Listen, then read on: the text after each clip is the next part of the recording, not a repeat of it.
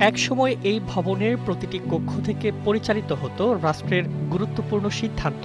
আজ সেই একই ভবনে হাঁটলে শোনা যায় ইতিহাসের অন্য এক প্রতিধ্বনি। রাজধানীর সাবেক গণভবন এখন জুলাই ৩৬ গণ অভ্যুত্থান স্মৃতি জাদুঘর, যেখানে ক্ষমতার স্মৃতিকে ছাপিয়ে উঠে এসেছে আন্দোলন, আত্মত্যাগ আর সময়ের নির্মম সাক্ষ্য।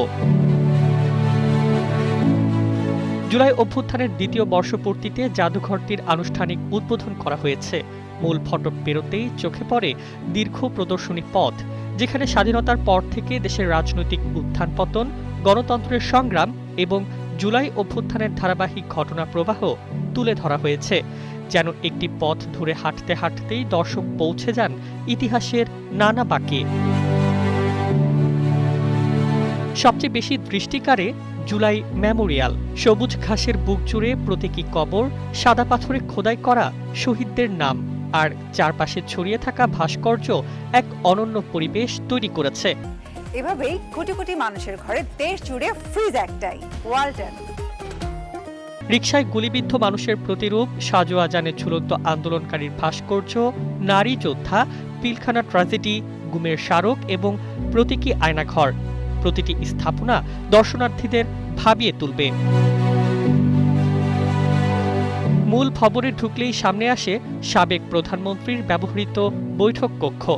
এখানেই সংরক্ষণ করা হয়েছে আলোচিত লাল টেলিফোনটি, যার রিসিভার প্রতীকীভাবে হাতে নেওয়ার সুযোগও থাকছে দর্শকদের। পাশাপাশি রয়েছে বিভিন্ন নথিপত্র, ভিডিও ইনস্টলেশন, আলোকচিত্র এবং নির্যাতনের অভিযোগ সংক্রান্ত প্রদর্শনী, যা পুরো ভ্রমণকে আরও ব্যতিক্রম করে তোলে।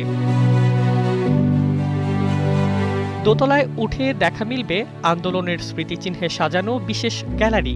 সেখানে সংরক্ষিত রয়েছে শহীদদের ব্যক্তিগত ব্যবহার্য সামগ্রী, রক্তমাখা পোশাক এবং জুলাই আন্দোলনের ধারাবাহিক টাইমলাইন। আর ৩৬০ ডিগ্রি ইমার্সিভ প্রজেকশন কক্ষে প্রবেশ করলে মনে হবে দর্শক যেন নিজেই সেই উত্তাল আন্দোলনের ভেতরে দাঁড়িয়ে আছেন।